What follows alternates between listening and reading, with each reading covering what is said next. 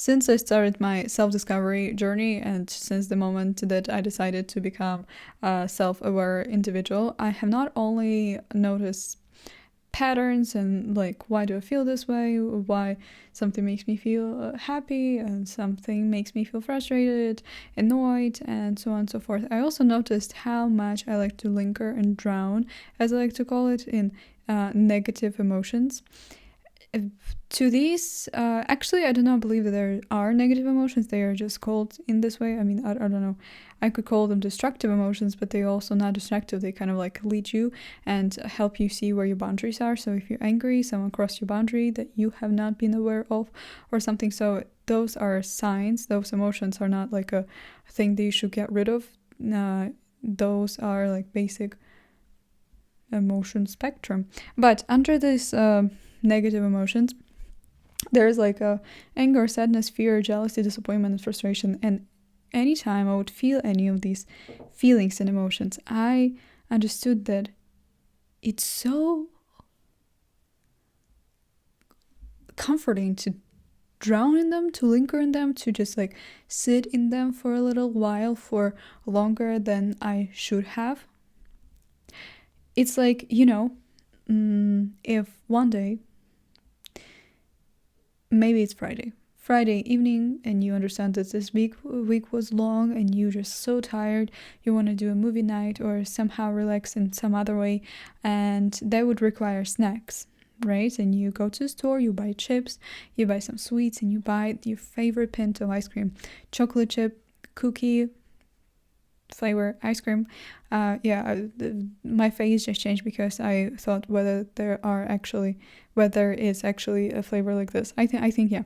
And you bought it and you just like cannot wait to eat it because you haven't eaten ice cream in such a long time, and now you just want to relax. And after eating those chips, like a pack of chips, you feel pretty full, but that ice cream is tempting you and you are just like, okay, I'm gonna do a couple of spoonfuls of ice cream, and then you eat it and it's so amazing. I don't know, it's gives you so much pleasure, but at the same time you understand that you do not want to eat it, but with each bite you understand how much you want to. And since you ate a full pack of chips, it's kind of inevitable it's like you are not hungry. You're not hungry. You're full. You could have never touched that ice cream and you would be fine for that evening. You were full. And after finishing eating the whole pint of ice cream, you understand that you haven't felt that bad in such a long time. But in the same time, while you were doing this, while you were eating that ice cream, it was the most amazing time for you. You felt so amazing. You felt such an amount of pleasure and comfort and any other good adjectives you can come up with. The same with this feeling. I wouldn't say that people or me, I wouldn't say that I go out of my way to find a situation in which I could feel anger or frustration or sadness or something, but it's so tempting for me, and it's so, I think it's so tempting to just, or I'd say I find so much pleasure once, for example, I had a fight with someone and I'm angry with them, to stay in that anger rather than resolve it, because I pity myself in that anger. If something sad have happened, if something didn't go the way that I planned, it's much easier for me to just stay in this feeling and think about it over and over again and overthinking so much and just like stay in this sad cycle and be like, oh, poor me, I cannot get that right. Or maybe like an angrily one, like, oh, you cannot get anything done, you're such a loser, you're such a this and this and this. And I also wonder why is it easier for me to stay in this cycle that actually doesn't benefit my life and actually takes so much energy from my life, rather than like for 30 minutes to do something that would make me feel better, like to talk to the person, or like to change the way my thoughts work for 30 minutes. I'm like, okay, I failed at this, but does that mean that I'm a failure completely at everything? Why is it so comforting to just like stay mad at someone, you know? Because I think we all been in the situations where you got into a fight with someone and you as always, you think you're right and the other person was wrong. And as it always happens, none of you want to, especially if it's a stubborn person, none of you want to admit your fault. And if none of you are admitting your fault, then it's very hard to make up with that person. So you go and seek advice from someone else, from someone who apparently is your friend, or who someone, who is your friend, or like you're friendly, or like a person in your family or something. And most of the time, people who like, we tend to tell stories from our point of view, and so of course people would be more empathetic to us and say that, oh, that person did it wrong, you were completely right. You know, it's like getting advice from ChatGPT. You tell them your story and they're like, you're completely right, it was a very brave decision to do that. You have just set a boundary. You have not hurt this person. If that person cannot take you setting a boundary, then it was a good thing that you walked away. You've done nothing wrong. And I wouldn't say that people in our life talk exactly that way, but yeah, if we're gonna tell it from our story, of course people are gonna support us rather than that person, you know. So we just like sit in that anger because it's comfortable, because we also,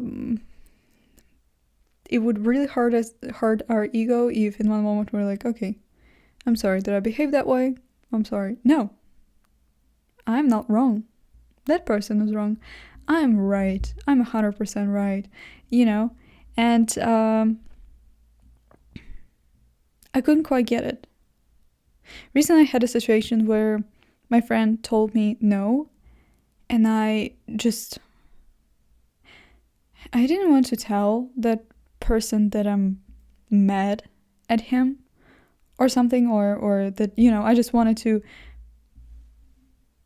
give him silent treatment or treat him passively aggressively until he notices that something is wrong. And the situation is actually so funny because I haven't seen that person for a long time, and then I decided out of the blue that and that person haven't seen me, of course, and we both anticipate meetings with each other. And I knew that both him and I want to meet each other, and then I was in a good mood after a function and I had a free evening, and I just like all of a sudden texted him that we could meet tonight actually. And he said that he cannot. He has other plans. Like in a moment he said he's not sure whether he has plans. Then in 30 minutes he texted me that maybe he has plans, and then some minutes after that he texted me that he has plans with his other friends. And I felt so undervalued. I felt so angry and so frustrated, so annoyed with him. And I was like, okay. In my mind, I was like going through situations of not how to solve this, but like tomorrow when I'll see him, I won't even look to his side. I'm going to be talking to other people. I'll just completely miss him when I'm going to be walking past him. I won't even make eye contact with him. I will act passively aggressive if he will tell me something, you know. In my mind, I had all this planned out. And then I started like going over situations like, why do I meet with that person when I do not 100% want to? Or why can I, when I understand that we rarely see each other, can cancel or like readjust some plans with my friends to see that person, and he doesn't do the same. And then after all of that, I mean, I think it took me 2 hours to kind of get my mind around that situation. And then I'm like, okay, so basically, because I'm doing something to that person. Sorry. One eternity later. I do not quite remember where I stopped, but in that moment, okay, in that moment, I started thinking like of all the ways I'm behaving toward that person a certain way, and they have not reciprocated the favors and all the ways how I treated them in the past. And I'm like, why am I such a like amazing friend to you, and you are such a sucker friend to me? And then I kind of in the moment I feel like, wow, so I'm not like behaving in a good way to that person because of like kindness in my heart.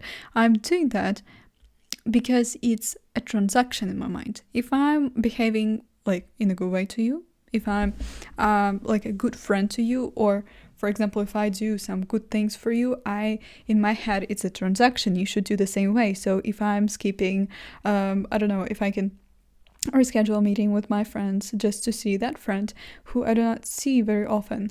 In my mind, that person should do the same. If I listen to them and their problems, in my mind, they should do the same. And like all the situations in which I am a good, kind person, I think that they should return the favor or something. And I'm like, wow. So in my head, all of this is a transaction. So the relationship that I'm building with people are not because of, as I said, my kind-heartedness or my kindness or whatnot, is because it's a transaction in my mind. And that is quite interesting because I think it's with everything. I think in the way that I behave towards people is 100% like this. I have a transactional mindset. So if I'm doing something to you, you should do the same to me. If I'm helping you in some way, you should help me also. I don't think like the only thing I'm not transactional in is like gifts, because I like to gift people some gifts like out of nowhere or something, and I really do not expect them to give me anything back. But everything else I do, and I start thinking about it, and I'm like, wow, I'm such an interesting person because I behave in a good way to other person in order to receive that goodness, let's say. Yeah. And because of that, because I, for example, listen to them or cancel my plans for them or do this, and this, and this, and this, and this, I have expectation to that person. Because I have this expectation toward that person, if that person doesn't really behave and act in a way that my expectations are laid out, then I'm just disappointed. Let's call it that way. I'm just entirely and fully disappointed in that person because of that. I'm disappointed. I'm disappointed because they are not acting in accordance to what I'm thinking they should act like.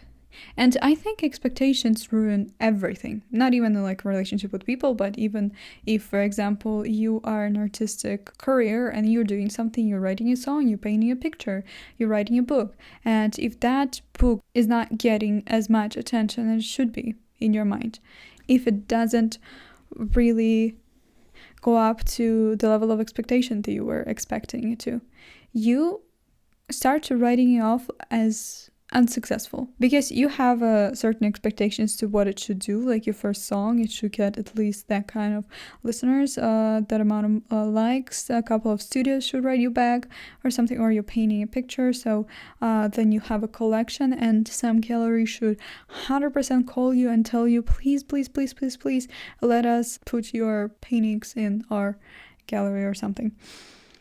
And in both of these situations, expectation ruin everything. Ever in a relationship with people, because they're no longer between two human beings. They're like between two robots who do things for the sake of not friendship or like human connection, but for the sake of their own selfishness. So I'm smiling at you not to just be kind and because I have this kindness in my heart to smile to people and just wish everyone a good day. I'm doing this for you to do the same for me. And honestly, that's in a way fine, I think, with some people, or maybe not. I don't know. I think it's so just depressing when you do something in order for other people to do it and you're just not doing it because I'm smiling at a person, just because, not because I want them to smile back to me, because I'm having a good day and I just wanted to give a little positivity of that to them as well. But I think even with like unknown people, like strangers to us, if you are doing a favor to that person, we feel forced to return that favor in so many times. It's like a reciprocation bias. I don't know if that's how it's called, maybe not, but if you're helping someone, they feel forced to help you as well. And also it's so easy to blame the other person in what you are feeling. For example, someone had an argument with you and you are angry. It's so easy to just like blame that person in your anger, that I'm angry because of you. But I think not so many people do that, and not so many people understand that it works like this. But if, for example, you had a fight and you are angry, it doesn't mean that you are angry because of that person. I wouldn't even say that you're angry because of that person. You're angry because that person has crossed the boundary that you didn't know about, or they crossed a boundary you do know about, but they do not know about, or they just crossed a boundary, and that's all. And it's so easy to just go ahead and blame that person and how we feel. Like, you know what? The thing that you told me, that made me angry, rather than trying to understand within yourself what exactly made you angry and what exactly is that have happened, and what is your boundary in this way, what is, like, all these things. It's much more easier, much more convenient to blame other people in what we're feeling than trying to understand our own feelings, because then you cause frustration and anger. Like, not the situation, but you cause it. But the thing is, if the situation would be with any other person, you would also feel the same exact way, not because of the person that you are having a fight with, but because of the circumstances. Because something happened that you are not aware of consciously yet, that you don't like, and that's why you're angry. So that's why I wouldn't call these emotions that I listed before negative emotions, because you can learn so much about yourself through them, through understanding that, like, you're frustrated when your boundary is crossed, you're sad because of this, you're like disappointed because of this and this and this and this and this. So it's not a bad thing, it's actually a pretty amazing thing. And I think the reason why it's so comfortable to, actually, I talked to my therapist, and she told me that I should let myself be in these uncomfortable feelings. And I honestly, till this day, I do not understand why she told me to be in these not negative, but like uncomfortable feelings of anger, of sadness, of all this, because I think it's just like a cycle that keeps on going. And the longer I'm in it, the harder it is for me to just like get out of it. In my mind, I should stop feeling sad as fast as I can. I should like cure my sadness as fast as I can. I should like stop as fast as I can. But it's much more easier to just sit and pity yourself and watch some TV shows and eat some not very healthy food because you're sad, because you're angry, because someone has broke your heart. Then just like stand up and like, okay, what's next? Okay, what I'm gonna do? Okay, why has it happened, and how can I change it, and what can I do, and all these things. It's much more easier. And I think also we become isolated in these fights, or like in these emotions, in these emotional states. And we are angry, we become isolated, we do not really talk to people. I mean, maybe we do talk to people, but not to the people to whom we are feeling these emotions to. So that's why we shut off and just kind of be in that, because in that moment everyone else is wrong and we are right, and our ego could not be happier. Yeah. And it's exactly like with ice cream. It feels amazing. Not at the beginning. At the beginning it feels awful, like you had a fight, you feel betrayed, you feel disappointed, you feel angry. But then you get used to that emotion and feeling, and you start like feeling at home with that emotion. You're like, okay. And you feel it and feel it and feel it. And the thing about emotions, they only last for 90 seconds. Like, our body experiences emotions for 90 seconds and woo, it's gone from our system. After that, we are choosing to feel that emotion with our thoughts, with our behaviors, with I also made a screenshot of this to say something smart, but I forgot.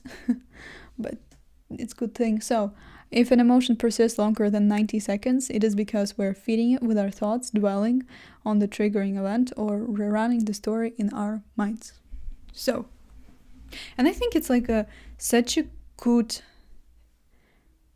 thing to have when, for example, something good happened and you just like want to prolong that emotion, and you're like, oh, it's such a beautiful day, blah blah blah. But it's also could have a negative effect when something uncomfortable have happened and you just like dwell, reminisce in these thoughts and think about them, and just like cannot give yourself a room to breathe and your thoughts to breathe. There's even like a 90-second rule method. If you experience a negative emotion, you can consciously allow it to pass, not feeling it with thoughts for 90 seconds. Simply observing the feeling without judgment allows to dissipate naturally. So this is the thing with feeling. I do not know if that was structured. In my way, it's always much more structured. But whenever I take the camera and take the microphone, it just becomes less structured than I really anticipated in the beginning. But hopefully you took some out of this. Yeah. So have an amazing day. Have an amazing week. I love you. God loves you. Yeah. My neck is killing me. Honestly, I do not know what it is. But that's fine. Bye. That was a hack. Like, I forgot to mention I hack at the end. Oh, I have 1% of my camera. Bye, bye, bye.